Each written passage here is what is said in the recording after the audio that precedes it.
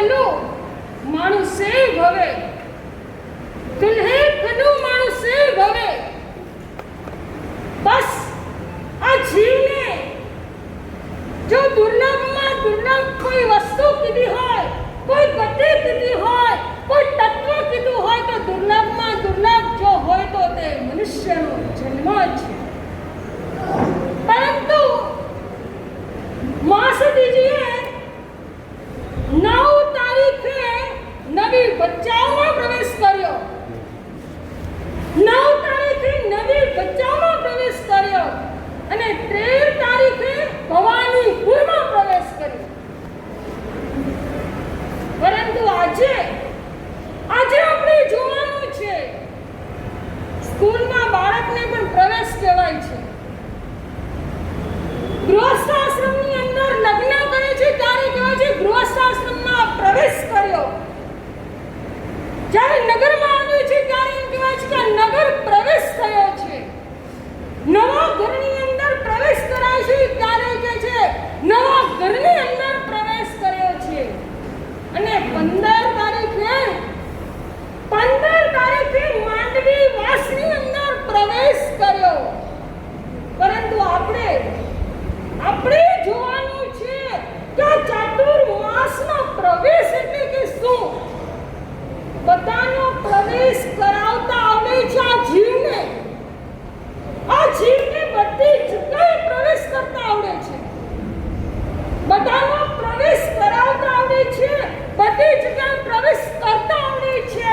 પરંતુ ચાતુર્માસ એટલે કે શું છે એ જ જોવાનું છે. ત્યારે આપણે એમ કહેવાય વટ વચન અને ખુમારીનો દેશ એટલે વટ વચન અને ખુમારીનો દેશ એટલે કે આપણો વાગડ. બરાબર ને? વટ છે, વચન છે અને ખુમારી છે. એવી ખુમારી છે કે બસ મારે કાંઈક કરવું છે. આ ચાતુર્માસની અંદર પણ આપણે પણ એવું જ કરવાનું છે. ચાતુર્માસની અંદર બે વસ્તુની મહત્તા છે. જો ચોમાસામાં પાણી ન આવે તો, હમણાં 8 દિવસ પાણી ન આવ્યું, 2 દિવસ પાણી ન આવે તો પણ શું થઈ જાય? જરા ધ્યાન રાખજો, પાણી ઘરમાં નથી હો. તરત એલાર્મ વગાડે. પાણી ન આવે તો જીવને તકલીફ થાય છે. પણ પાણીની તબાહી છે. હમણાં આપણે જોઈએ તો પાણીથી કેવું નુકસાન થઈ ગયું લોનાવાલામાં. પાણી આ ચોમાસાની અંદર જો પાણી નથી તો તબાહી છે. પરંતુ ચોમાસાની અંદર જો જીનેશ્વર ભગવાનની જીનવાણી નથી તો આત્માની તબાહી છે. ચોક્કસ ને ચોક્કસ જો હાથ સાફ કરવા હશે તો પણ પાણી જોશે, પગ સાફ કરવા હશે તો પણ પાણી જોશે, તમારે ઘરની સફાઈ કરવી હશે તો પણ પાણી જોશે, અને આત્માની સફાઈ કરવી હશે તો એમાંથી તમારું એક્વાગાર્ડનું પાણી કામ આવે, આરો પ્લાન્ટનું પાણી કામ આવે. જો તમારે ગમે તેવા વ્હાઈટ કપડા હોય એની ઉપર ડાઘ પડ્યો હશે તો તમે આનાથી બ્લીચથી કાઢી શકશો. પરંતુ આત્મા ઉપર જે ડાઘ લાગેલો હશે તેને કાઢવા માટે તો જીનેશ્વર ભગવાનની જીનવાણી જોશે ને જોશે. એટલે આપણે પ્રવેશ કરવાનો છે. પ્રવેશનું જ મહત્વ છે. એટલે જ ભગવાને પરમ તારક પરમાત્માએ 32 અંગોની અંદર 11 અંગ કીધા છે. 11 અંગની અંદર પાંચમું ભગવતી સૂત્ર. ભગવતી સૂત્રની અંદર ફક્ત પહેલું જ વાક્ય છે. કારણ કે પહેલાની ઉપર આપણી વધારે નજર જોઈએ. એટલે અમારા ભાઈઓ અને બહેનોને વધારે ધ્યાન હોય ત્યારે જમવા જવું હોય ત્યારે પહેલી પંગતમાં જમવા જાય. કારણ કે પહેલી પંગતમાં છે ને એટલા દૂધનો દૂધપાક મળે, અને બીજી પંગતમાં સંખ્યા વધી જાય તો સમજી ગયા. જો બીજી પંગતમાં ત્રીજી પંગતમાં જાય તો પાણીવાળા દૂધપાક મળે.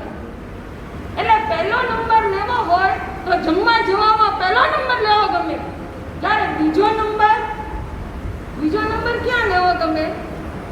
જ્યારે ફોટો પડાવવાના હોય ને, અમારા જીતુભાઈ ફોટોગ્રાફર હોય ને, તો આજુબાજુથી કટિંગ થઈ જાય, પરંતુ વચ્ચેથી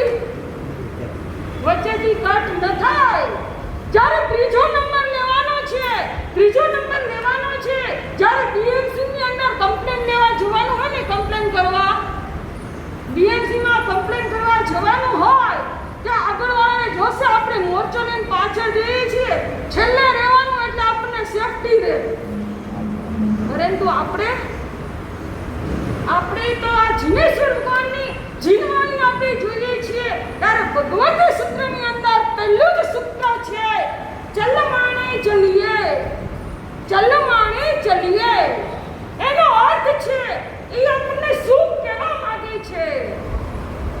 જ્યારે તમે બોમ્બેથી નીકળો, ઘરેથી નીકળો, ત્યારે શું કહેવાય? ઓફિસે જતા હોય તો એમ કહે કે ક્યાં ગયા છે? ઓફિસે ગયા છે. જ્યારે તમે બોમ્બેથી નીકળ્યા છો, 12 તારીખે 13 તારીખે નીકળ્યા, ત્યારે શા માટે જાઓ છો? ખાલી પ્રવેશ નહીં બોલો, પરંતુ શેનો પ્રવેશ બોલો છો? ચાતુર્માસનો.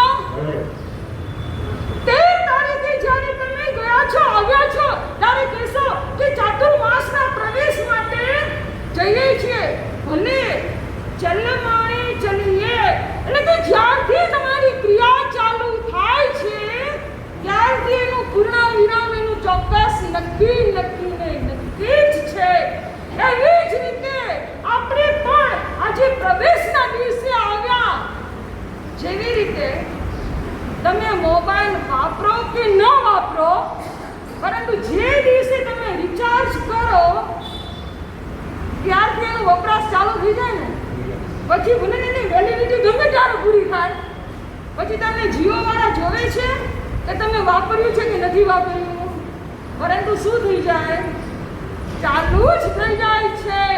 એવી જ રીતે તમે 13 તારીખે આવ્યા, ત્યારથી તમારો ચાતુર્માસનો પ્રવેશ, તમે એના ભાગીદાર બની ગયા છો. ધંધામાં ભાગીદાર બનવાથી નુકસાન જશે, બિઝનેસની અંદર ભાગીદારી કરવાથી નુકસાન જશે, કોલસાની ખાણની ભાગીદારી કરવાથી નુકસાન જશે, પરંતુ આ ધર્મની અંદર ભાગીદારી કરવાથી શું થાય? લાભી લાભ. કારણ કે વાણિયાના દીકરા હોય એ નુકસાનીનો ધંધો ના કરે. જેવી રીતે કાપડનો વેપારી હોય ને, કાપડના વેપારીની દુકાને 2 વસ્તુ જ મળે, મુખ્ય 2 વસ્તુ તો ત્યાં હાજર હોય જ. એક છે કાપડ અને બીજું છે કાતર હોય. હવે તમે સમજી ગયા છો, એટલા સુજ્ઞ છો, કારણ કે વધારે સમજાવવું પડે એવું નથી. કાપડ હે જીવ, જો તારે તરવું નથી તો જો તરવા માટે પુરુષાર્થ કરવો પડે. બગીચો બનાવવો હોય ને તો એના માટે પુરુષાર્થ કરવો પડે, પરંતુ ઉકરડા બનાવવો હોય તો કોઈ જ પુરુષાર્થ નથી કરવો પડતો. એટલે જ આપણને ભગવાને ભગવાનના સૂત્રની અંદર ફરમાવ્યું કે ચલમાણે ચલીએ. હે જીવ, તું ચાલવાનું ચાલુ કર. જે ચાલવાનું ચાલુ કરશે તો ચોક્કસ ને ચોક્કસ, આજે નહીં તો કાલે એ પહોંચશે. એવી જ રીતે આપણે પણ પ્રવેશ કરવાનો નથી, પરંતુ આપણે હૃદયરૂપી મંદિરની અંદર, આ હૃદયરૂપી મંદિરની અંદર પ્રવેશ કરાવવાનો છે.